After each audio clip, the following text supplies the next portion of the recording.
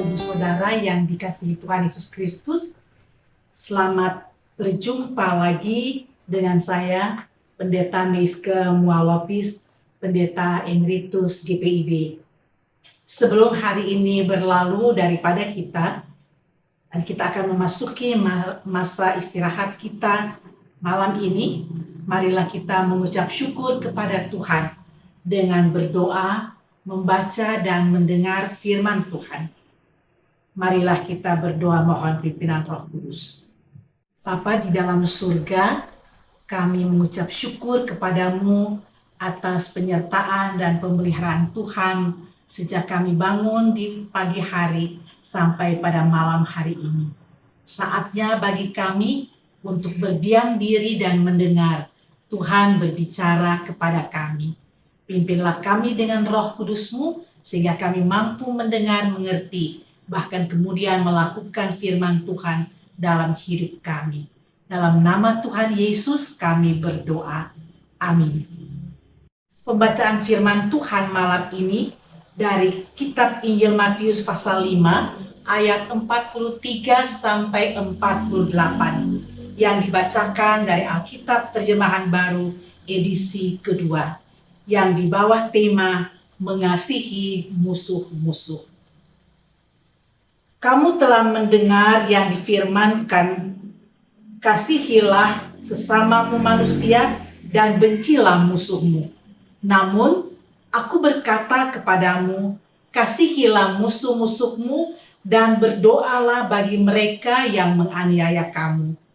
Dengan demikian, kamu menjadi anak-anak Bapamu yang di surga, sebab Ia menerbitkan mataharinya bagi orang yang jahat maupun orang yang baik, dan menurunkan hujan dari langit bagi orang yang benar maupun orang yang tidak benar.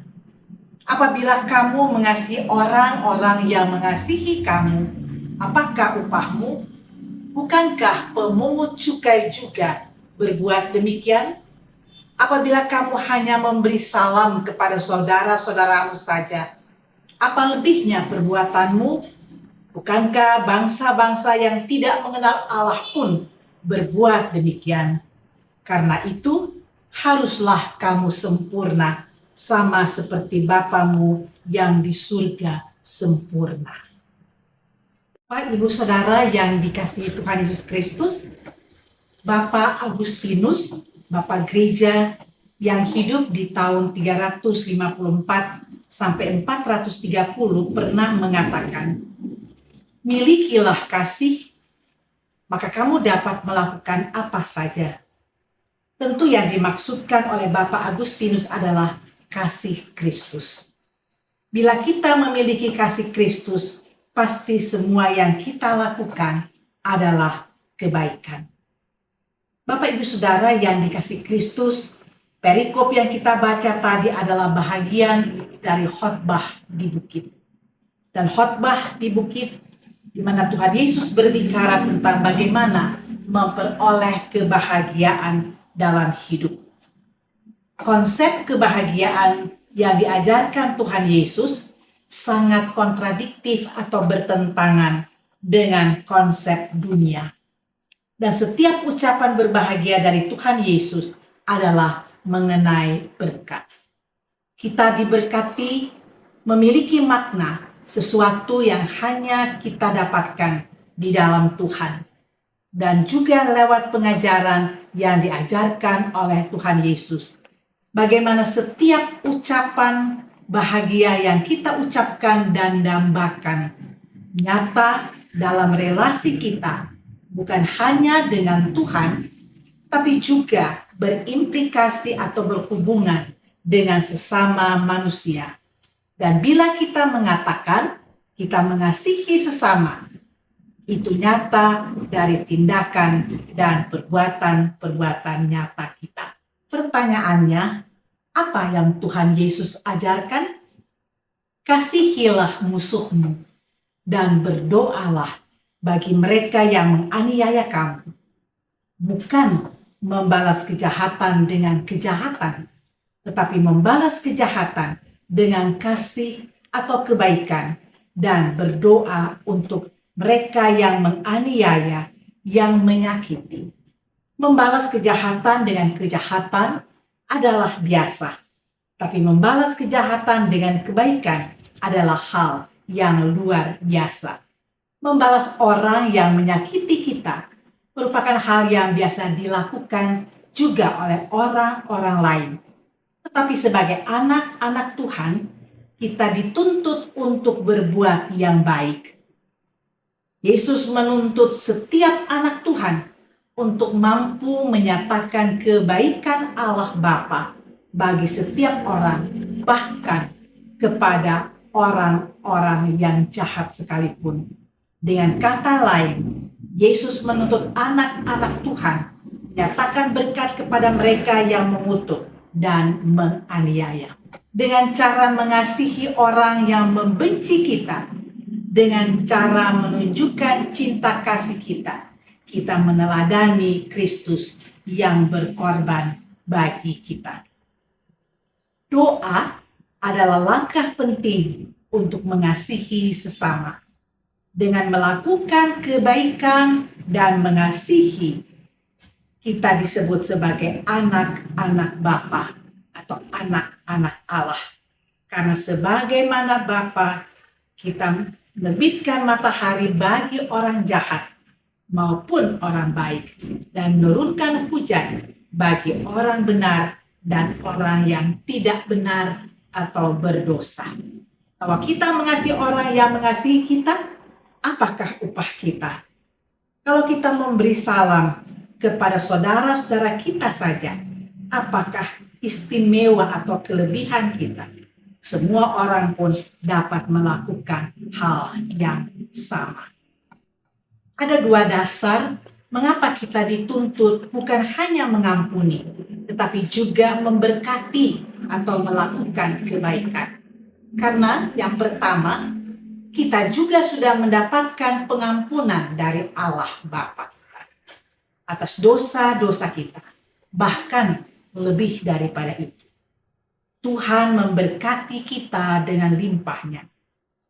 Kesalahan orang lain kepada kita, betapapun besarnya, tidak dapat melampaui keberdosaan kita di hadapan Tuhan. Hal yang kedua, Bapa memberikan berkat yang sama pada orang baik dan orang jahat. Matahari dan hujan juga bagi orang baik dan orang jahat. Maka kita pun wajib menjadi saluran berkat yang sama. Tuntutan Tuhan Yesus adalah kesempurnaan dalam kasih, sama seperti kasih Bapa sempurna. Kesempurnaan yang dituntut datang dari hubungan kita dengan Tuhan. Kesempurnaan tidak dapat dicapai, justru selalu menjadi tujuan kita. Kita terus berjalan menuju kesempurnaan. Mengasihi musuh dan penganiaya berhubungan dengan karakteristik kita sebagai pembawa damai. Setiap orang Kristen memiliki hidup Kristus di dalam dirinya yang memampukannya berkarakter surgawi. Kesaksian Kristus bukan sesuatu yang kosong, tetapi nyata dalam tindakan. Kita wujudkan kesaksian kita dengan mematuhi perintah-perintah Tuhan, dengan motivasi yang benar dan dengan menuntut kesempurnaan. Tuhan mengingatkan kita agar sempurna sama seperti Bapa di surga adalah dengan memahami dan melakukan firman-Nya. Tekun di dalam hidup kita. Kita perlu tekun berdoa, memohon Roh Kudus agar menolong kita dalam melakukan kehendak-Nya. Kasih yang rela berkorban untuk menjangkau orang-orang yang membenci Dia, ini tidak mungkin dimiliki oleh dunia. Tuhan Yesus menunjukkan cara hidup yang lebih agung dari dunia. Tuhan Yesus mengajarkan bahwa kesempurnaan kasih yang telah Allah ajarkan harus diteladani oleh kita semua. Kita adalah gambar dan rupa Allah. Dunia melihat kekudusan dan kasih Allah melalui umat-Nya.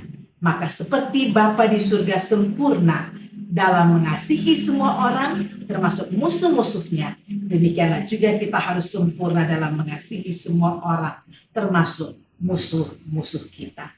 Amin. Marilah kita berdoa. Terima kasih Tuhan, kami telah menerima firman Tuhan malam hari ini yang mengingatkan kami untuk mengasihi bukan hanya orang yang baik dengan kami, tapi juga mengasihi semua orang, termasuk mereka yang tidak mengasihi kami. Kami sadar akan keterbatasan kami, dan oleh karenanya kami mohon kekuatan daripada Tuhan melalui karya Roh Kudus dalam hidup kami. Malam telah menjadi bagian hidup kami.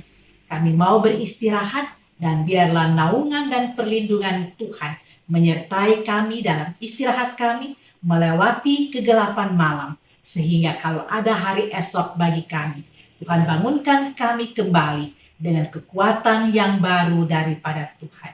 Ampunkanlah segala dosa dan salah kami ya Tuhan. Dengar dan sempurnakanlah doa dan permohonan kami dalam nama Tuhan Yesus Kristus, Juru Selamat kami yang hidup. Amin. Demikianlah renungan malam kita. Tuhan memberkati.